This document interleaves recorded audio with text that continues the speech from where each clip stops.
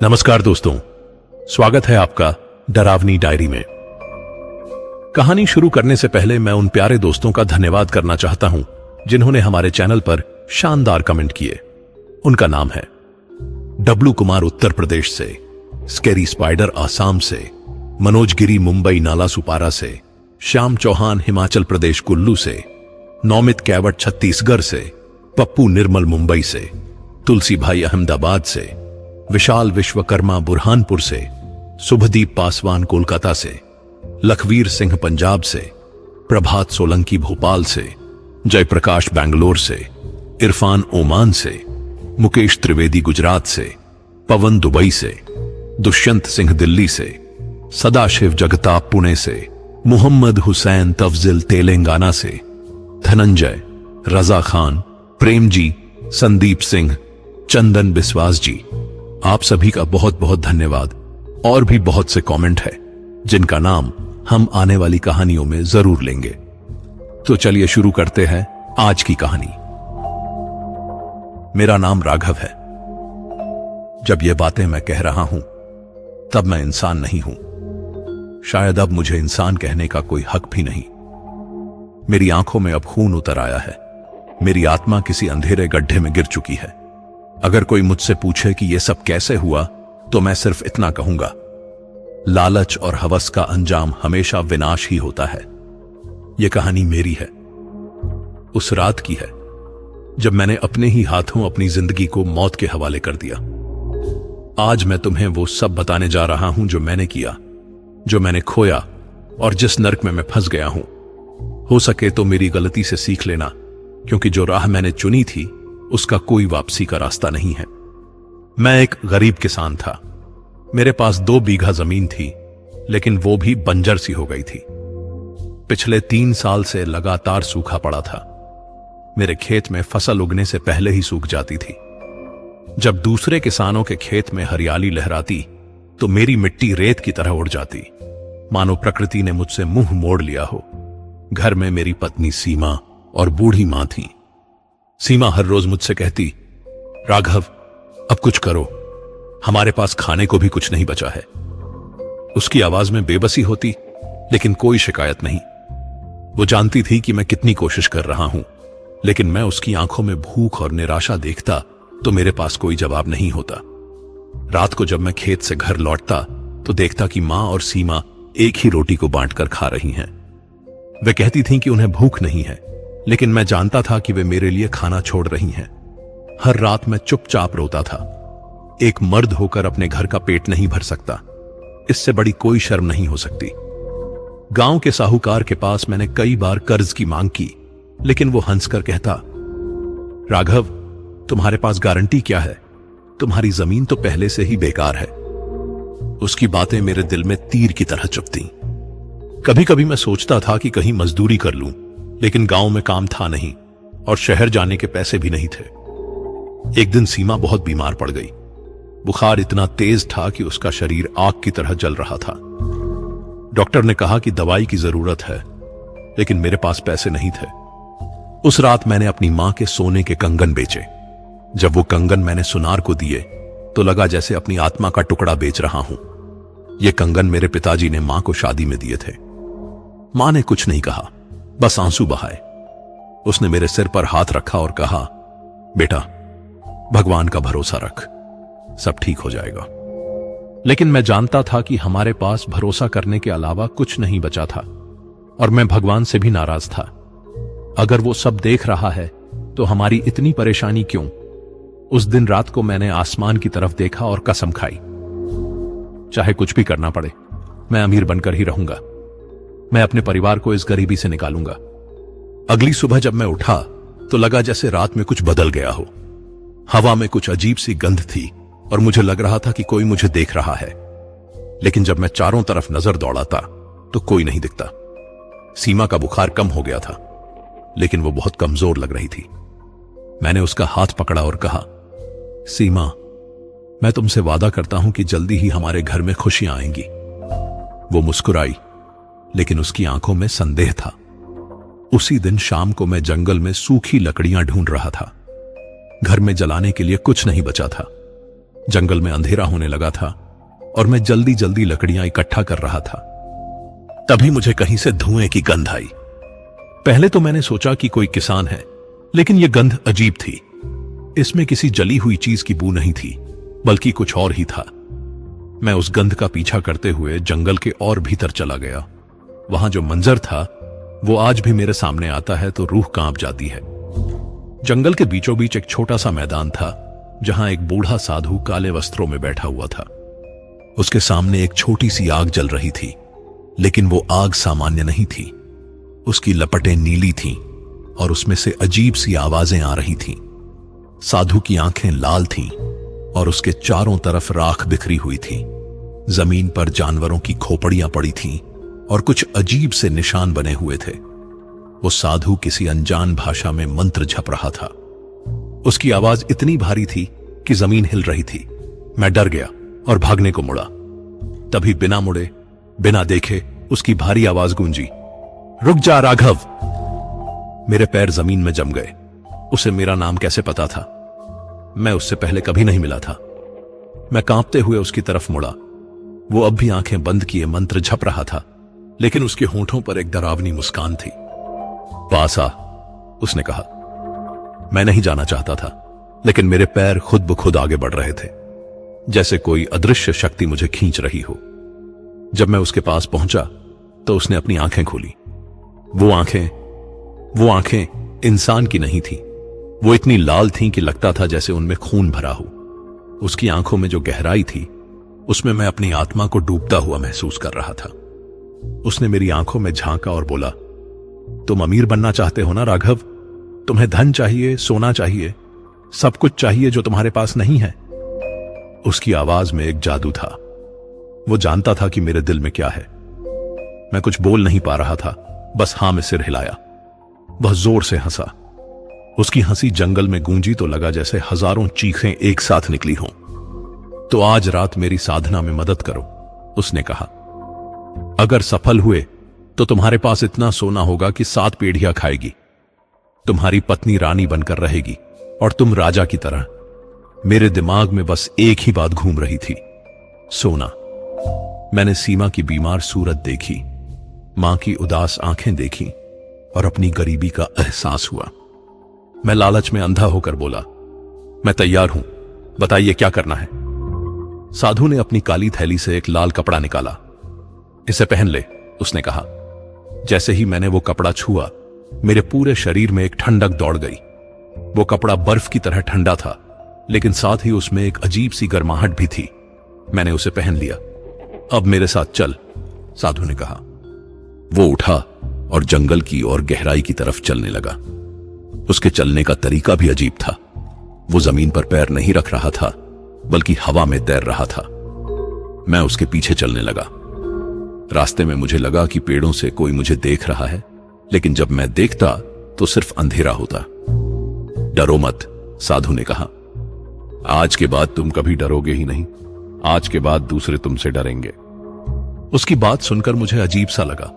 मैं सिर्फ अमीर बनना चाहता था, डरावना नहीं। लेकिन अब वापस जाने का रास्ता नहीं था।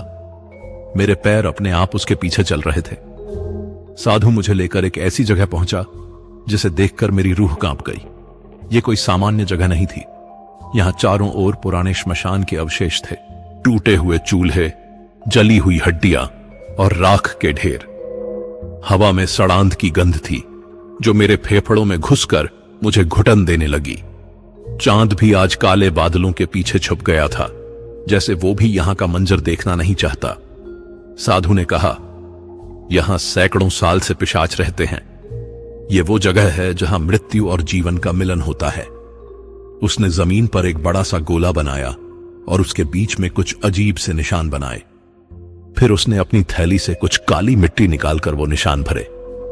यह पिशाच की साधना है, साधु ने समझाया। पिशाच को बुलाने के लिए एक बलि चाहिए। मेरा दिल तेजी से धड़कने लगा। मैं डरते हुए बोला, किसकी बलि? मुझे डर लग रहा था कि कहीं वो मेरी बलि न मांगे। साधु मुस्कुराया, आज नहीं, आज सिर्फ मंत्र जप होगा। लेकिन याद रखना राघव, जब पिशाच आएगा उसकी हर मांग पूरी करनी ही होगी। वो जो कहेगा वो करना होगा। अगर तुमने मना कर दिया तो वो तुम्हारी जान ले लेगा और तुम्हारी आत्मा को हमेशा के लिए कैद कर देगा। उसकी बातों से मुझे और डर लगा, लेकिन सोने की लालसा इतनी थी कि मैं पीछे नहीं हट सकता था। हमने मंत्र जपना शुरू किया। साधु के मुंह से जो शब्द निकल रहे थे वो किसी भाषा के नहीं लग रहे थे। वो आवाजें थीं, चीखें थीं, कराह थीं। मुझसे कहा गया था कि मैं भी उसके साथ दोहराऊं, लेकिन जब मैं वो शब्द बोलता तो मेरे गले से खून का स्वाद आने लगता। धीरे धीरे आसमान और भी काला होता जा रहा था। हवा इतनी ठंडी हो गई कि मेरी हड्डियां जमने लगीं, लेकिन साथ ही मुझे गर्मी भी लग रही थी, जैसे मेरे अंदर कोई आग जल रही हो। मेरे हाथ पैर कांप रहे थे, लेकिन मैं मंत्र जपता रहा। अचानक जमीन हिलने लगी। पेड़ों की डालियां तेज हवा में हिल रही थीं, लेकिन हवा में आवाज नहीं थी। सिर्फ एक अजीब सा सन्नाटा था। फिर धुएं के बीच से कुछ दिखाई दिया। पहले तो मुझे लगा कि यह मेरा भ्रम है, लेकिन धीरे धीरे वो आकार साफ होता गया। एक भयानक पिशाच प्रकट हुआ। उसका शरीर काला था और उसकी ऊंचाई कम से कम 10 फीट होगी। उसके दांत खून से भीगे थे और उसकी लाल आंखें सीधे मेरी आत्मा को भेद रही थीं। उसकी उंगलियों के नाखून तलवार की तरह लंबे थे। उसके पूरे शरीर से बदबू आ रही थी, जैसे सैकड़ों लाशें एक साथ सड़ रही हों। मैं चीख पड़ा। मैंने जितनी जोर से चीख सकता था चीखा, लेकिन आवाज मेरे गले से निकली ही नहीं।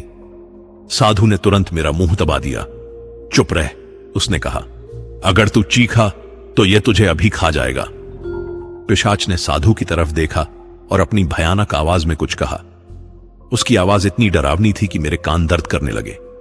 साधु ने उससे कुछ फुसफुसाया, फिर मेरी ओर इशारा किया।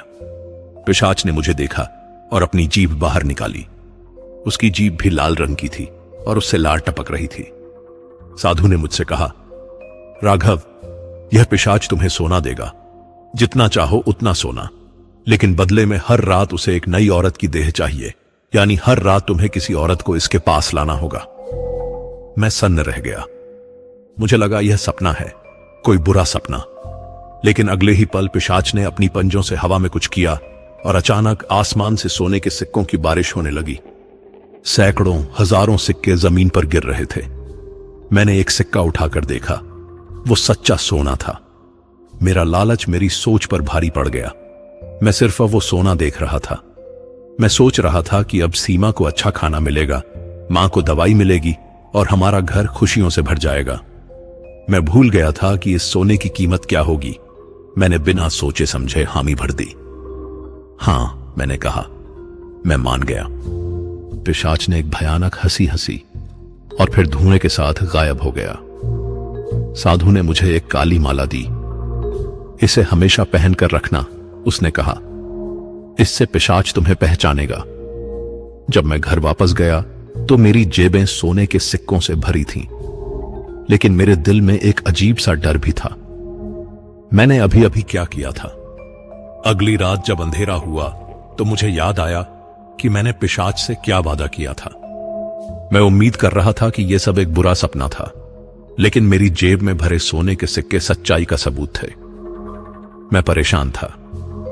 मुझे एक औरत को साधना स्थल पर लाना था, लेकिन कैसे? मैं गांव में घूमता रहा, सोचता रहा। फिर मुझे गांव की एक विधवा रंजना दिखाई दी। वो अकेली रहती थी और गांव वाले उससे ज्यादा बात नहीं करते थे। मैंने उससे कहा, रंजना बहन, मुझे जंगल में कुछ जड़ी बूटी लेने जाना है मां के लिए। अकेले जाने में डर लग रहा है, क्या तुम मेरे साथ चलोगी? रंजना एक भली औरत थी। उसने बिना कोई संदेह किए हां कह दी। हां राघव भाई, चलती हूं, मुझे भी वहां से कुछ लकड़ी लेनी है। मैंने उसका हाथ पकड़ा और जंगल की तरफ चल पड़ा। रास्ते भर मेरा दिल तेजी से धड़कता रहा। मैं बार बार सोच रहा था कि यह गलत है, लेकिन सोने का लालच मुझसे यह सब करवा रहा था।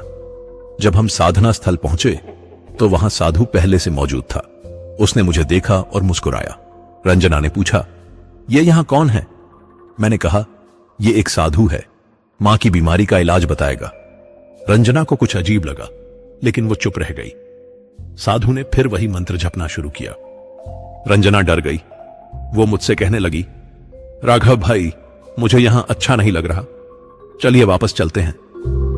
लेकिन तब तक बहुत देर हो चुकी थी। अचानक पिशाच उसके पीछे प्रकट हो गया। रंजना की चीख निकली, लेकिन पिशाच ने उसे अपनी लंबी जीभ से लपेट लिया। मैं पत्थर की मूर्ति की तरह खड़ा रहा। मैं कुछ नहीं कर सका। पिशाच ने रंजना को हवा में उठा लिया और फिर अपने दांतों से उसकी गर्दन को फाड़ दिया। खून की धार निकली और रंजना की चीखें रुक गईं। मैं भय से पागल हो गया। मैं भागना चाहता था, लेकिन मेरे पैर हिल नहीं रहे थे। पिशाच ने रंजना को पूरा निगल लिया, जैसे कोई फल खाता है। उसके बाद उसने मेरी तरफ देखा और मुस्कुराया। उसके दांतों पर अभी भी खून लगा था। तभी जमीन पर फिर सोने के सिक्के बरसने लगे। मेरे हाथ अपने आप उन सिक्कों को उठाने लगे। मैं खुद को रोक नहीं पा रहा था। रंजना की मौत का सदमा अभी भी मेरे दिमाग में गूंज रहा था, लेकिन सोने की चमक के सामने सब कुछ धुंधला पड़ गया। मेरा डर कम और लालच बढ़ता गया। मैं सोचने लगा कि एक इंसान की जान के बदले इतना सोना मिल रहा है, तो क्यों ना मैं और भी लाऊं। मेरी आत्मा में जो इंसानियत बची थी, वो उस रात मर गई। अब मैं सिर्फ एक भूखे जानवर की तरह था, जिसे सिर्फ सोने की भूख थी। अगली रात मैंने गांव की एक और औरत को बहाने से जंगल ले गया। इस बार कम परेशानी हुई। मैं जानता था कि क्या होगा और मैं तैयार था। जब पिशाच ने उसे भी वैसे ही खा लिया, तो मुझे कोई दुख नहीं हुआ। सिर्फ सोने के सिक्कों की आवाज सुनाई दी। इस तरह हर रात मैं किसी न किसी औरत को धोखे से वहां ले जाता। कभी कहता कि जंगल में अच्छी जड़ी बूटी मिलती है, कभी कहता कि वहां एक साधु दर्शन देते हैं। गांव में लोग लापता होने लगे, लेकिन कोई मुझ पर शक नहीं करता था। मैं तो गांव का भला मानुष राघव था, जो अपने खेत में मेहनत करता था। घर में मेरी पत्नी सीमा को सोना देखकर हैरानी होती। वो बार बार पूछती, राघव, ये सब कहां से लाते हो? इतना सोना कहां से मिल रहा है? मैं हर सवाल को टाल देता। मैं हंसकर कहता, अरे खेती बाड़ी अच्छी हो गई है, शहर में मैं कुछ काम भी करने लगा हूं, तुम चिंता मत करो। सीमा को संदेह था, लेकिन वो खुश भी थी। अब घर में अच्छा खाना था, मां को दवाई मिल रही थी और हमारे पास पैसे थे। लेकिन कभी कभी वो मुझे अजीब नजरों से देखती। राघव, वो कहती, तुम बदल गए हो, पहले जैसे नहीं रहे। और वो सच कह रही थी। मैं बदल गया था। मैं अब वो राघव नहीं था जो अपनी पत्नी से प्यार करता था। मैं एक राक्षस बन गया था। रातों को जब मैं घर लौटता, तो मेरे कपड़ों में अजीब सी गंध होती। कभी कभी खून के धब्बे भी होते। सीमा पूछती तो मैं कह देता कि जंगल में कोई जानवर मर गया था और उसे हटाना पड़ा। वो मान जाती, लेकिन मैं जानता था कि वो परेशान है। एक दिन मां ने मुझसे कहा, बेटा, तू रातों को कहां जाता है और ये सारा सोना कहां से आ रहा है? मैंने उससे झूठ बोला, लेकिन मां की आंखों में मुझे शक दिखा। उसने मेरे गले में लटकी काली माला देखी, जो साधु ने दी थी। यह क्या है? उसने पूछा। कुछ नहीं मां, एक ताबीज है, मैंने कहा। लेकिन जब मां ने उसे छुआ, तो उसका हाथ जल गया। वो चीख पड़ी। मैंने देखा कि उसकी उंगलियों पर जलने का निशान बन गया है। मां डर गई। उसने कहा, राघव, यह कोई अच्छी चीज नहीं है, इसे फेंक दे। लेकिन मैं उसे नहीं फेंक सकता था। जब मैंने एक बार उसे उतारने की कोशिश की, तो वो मेरी गर्दन में और कस गई, जैसे वो मेरा हिस्सा बन गई हो। उस रात मुझे एहसास हुआ कि मैं पिशाच का गुलाम बन चुका हूं। महीने भर में गांव की 10 औरतें गायब हो चुकी थीं। लोग परेशान थे। कुछ कहते थे कि जंगल में कोई जंगली जानवर आ गया है, कुछ कहते कि कोई पागल आदमी है जो औरतों को मारता है। लेकिन किसी को नहीं पता था कि वो पागल आदमी में था। पुलिस भी आई।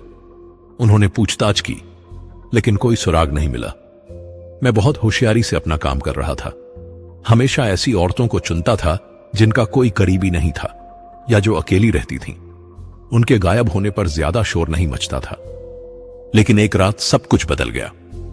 2 महीने बाद जब मैं साधना स्थल पर पहुंचा, तो पिशाच पहले से वहां मौजूद था। उसकी आंखें पहले से भी ज्यादा लाल थीं और उसके शरीर का रंग और भी काला हो गया था। साधु भी वहां था, लेकिन वो पहले से अलग लग रहा था। उसके बाल सफेद हो गए थे और उसकी आंखों में एक अजीब सा डर था। पिशाच ने मुझे देखा और अपनी भयानक आवाज में कहा, आज रात तुम कोई औरत नहीं लाए राघव? क्यों? मैंने डरते हुए कहा, आज गांव में कोई नहीं मिली, सभी डर गए हैं। कुछ दिन रुक जाइए, फिर कोई ना कोई मिल जाएगी।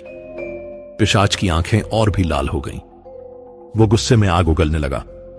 तुमने मुझसे वादा किया था कि हर रात एक औरत लाओगे। अगर आज नहीं लाए तो मैं खुद जाऊंगा। मैंने घबराते हुए कहा, कहां जाएंगे? तुम्हारे घर। पिशाच ने कहा, तुम्हारी प्रिय पत्नी को लेने। मेरे होश उड़ गए। मैं चीखा, नहीं, सीमा को मत छूना। मैं कल 2 औरतें लाऊंगा, लेकिन सीमा को कुछ मत करना। लेकिन पिशाच हंसने लगा। उसकी हंसी से पूरा जंगल हिल रहा था। तुमने मुझे धोखा दिया है राघव, पिशाच ने कहा। अब मुझे भूख लगी है, और जब मुझे भूख लगती है तो मैं सबसे अच्छा शिकार चुनता हूं। उसने अपनी नाक से सूंघा। तुम्हारी पत्नी की गंध बहुत मीठी है। वो युवा है, खूबसूरत है। मुझे उसका स्वाद लेना है। मैंने उस पर हमला करने की कोशिश की, लेकिन वो हवा की तरह गायब हो गया। साधु ने कहा, अब कुछ नहीं हो सकता राघव, तुमने नियम तोड़ा है। अब पिशाच तुम्हारी सबसे प्रिय चीज को लेगा। मैं पागलों की तरह घर की तरफ भागा। रास्ते भर मुझे लग रहा था कि कोई मेरे पीछे आ रहा है, लेकिन जब मैं मुड़कर देखता तो कुछ नहीं दिखता। हवा में एक अजीब सी गंध थी, जैसे कोई मरी हुई चीज हो। जब मैं घर पहुंचा तो दरवाजा खुला था। अंदर अंधेरा था और बहुत सन्नाटा। मैंने सीमा को आवाज लगाई, सीमा, सीमा कहां हो? कोई जवाब नहीं आया। मैं अंदर गया तो देखा कि फर्श पर खून के धब्बे हैं। मेरा दिल जोर जोर से धड़कने लगा। मैंने हर कमरे में देखा, लेकिन सीमा कहीं नहीं थी। सिर्फ उसकी टूटी चूड़ियां और फटी साड़ी पड़ी थी। दीवार पर खून से लिखा था, अब तू मेरा गुलाम है। मां भी कहीं नहीं दिखी। पूरा घर खाली था। मैं चीखता रहा, रोता रहा, लेकिन कोई नहीं आया। मेरे पड़ोसी भी गायब थे। लगता था जैसे पूरा गांव ही खत्म हो गया हो। मैं पागलों की तरह जंगल भागा और पिशाच को पुकारने लगा, मेरी सीमा को वापस कर दे। मैं जो चाहेगा वो करूंगा, लेकिन उसे छोड़ दे। मैं घंटों चीखता रहा, लेकिन कोई नहीं आया। फिर अचानक धुएं के साथ पिशाच प्रकट हुआ। उसके पंजों में सीमा का खून लगा था और उसके दांतों में मांस के टुकड़े फंसे थे। मैं उसके पैरों में गिर गया। कहां है मेरी सीमा? मैंने रोते हुए पूछा। पिशाच हंसा। वो बहुत स्वादिष्ट थी। उसका खून इतना मीठा था कि मैंने उसे धीरे धीरे खाया। मैंने उस पर फिर हमला किया, लेकिन उसने मुझे हवा में उठाकर दूर फेंक दिया। मैं एक पेड़ से जा टकराया। अब सुन, पिशाच ने कहा, तुमने मुझसे वादा किया था, लेकिन तुमने धोखा दिया। अब तुम हमेशा के लिए मेरे गुलाम बनोगे। हर रात तुम मेरे लिए शिकार लाओगे।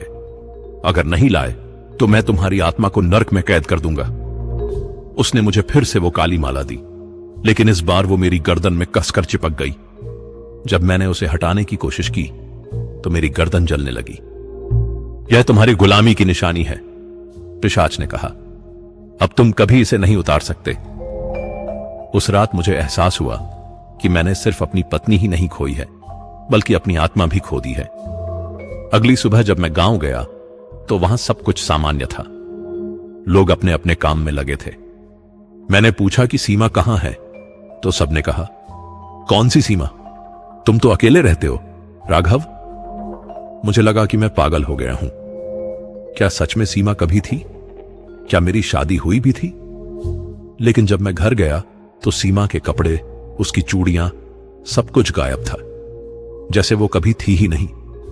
मां के कमरे में जाकर देखा तो वो भी गायब थी। उसका बिस्तर, उसके कपड़े, कुछ भी नहीं था। मैं समझ गया कि पिशाच ने सिर्फ उन्हें खाया ही नहीं, बल्कि उनकी यादों को भी मिटा दिया। अब कोई नहीं जानता था कि मेरी पत्नी और मां कभी थे भी। यह पिशाच की सबसे बड़ी सजा थी। रात को जब मैं साधना स्थल पर गया तो साधु नहीं दिखा। पिशाच अकेला था। उसने कहा, साधु की जरूरत खत्म हो गई, अब तुम सीधे मेरे पास आओगे। मैंने पूछा, साधु कहां गया? पिशाच हंसा, वो भी मेरा खाना बन गया।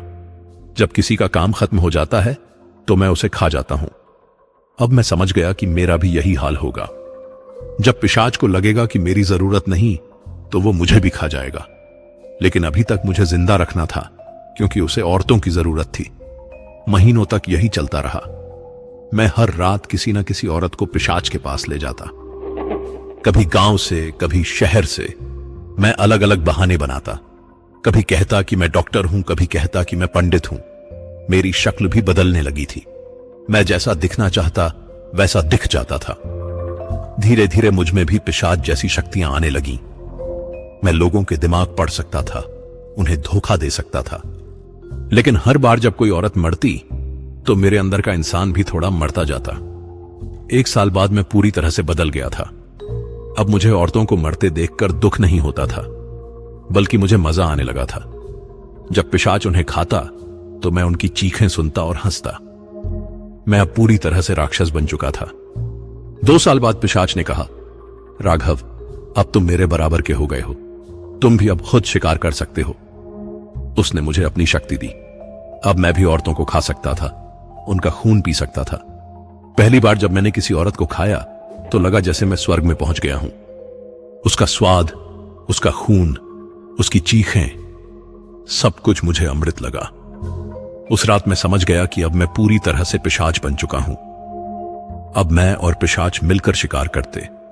कभी कभी हम एक साथ 10-20 औरतों को एक रात में खा जाते। हमारी भूख कभी नहीं मिटती थी। हमें हमेशा और चाहिए होता था। 5 साल बाद पूरे इलाके में हमारा डर फैल गया। लोगों ने रात में घरों से निकलना बंद कर दिया। औरतें अकेली कहीं नहीं जाती, लेकिन हम हमेशा कोई ना कोई तरीका ढूंढ लेते। आज 10 साल हो गए हैं उस रात को।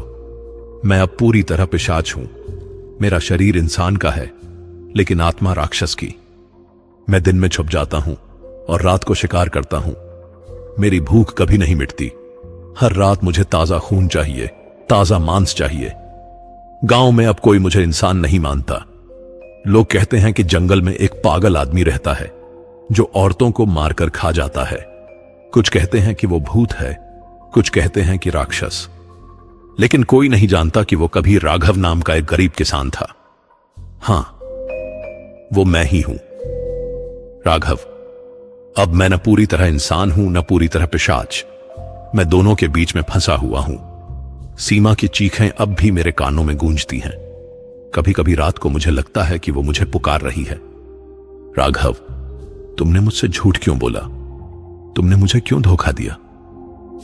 लेकिन फिर मेरी भूख जाग जाती है और मैं भूल जाता हूं कि मैं कभी इंसान था। मैं शिकार की तलाश में निकल जाता हूं। हर रात एक नई औरत, हर रात नया खून, हर रात नई चीखें। कभी कभी मैं सोचता हूं कि काश मैंने उस रात साधु से मना कर दिया होता। काश मैंने अपनी गरीबी को सहन किया होता। काश मैंने लालच में अंधा होकर अपनी आत्मा न बेची होती। लेकिन अब बहुत देर हो चुकी है।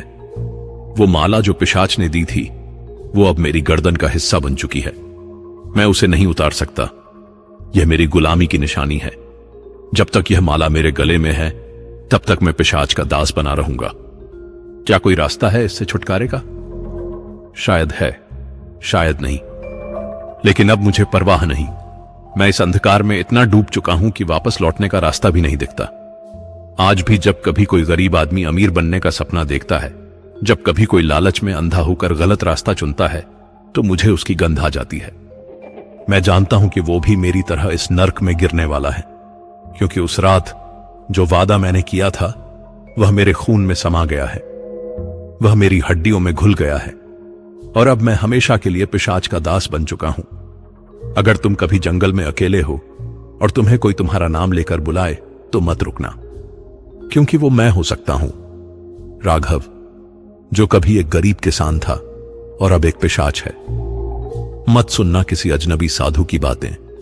मत करना लालच में अंधा होकर कोई गलत काम, क्योंकि कुछ चीजों की कीमत तुम्हारी आत्मा से भी ज्यादा होती है।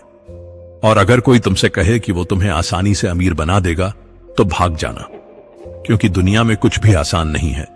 हर चीज की एक कीमत होती है, और कभी कभी वो कीमत इतनी भारी होती है कि तुम उसे चुका नहीं सकते। मेरी कहानी यहीं खत्म होती है, लेकिन मेरा श्राप अभी भी चल रहा है। मैं अभी भी जंगल में हूं, अभी भी शिकार कर रहा हूं, अभी भी पिशाच का गुलाम हूं, और शायद हमेशा रहूंगा।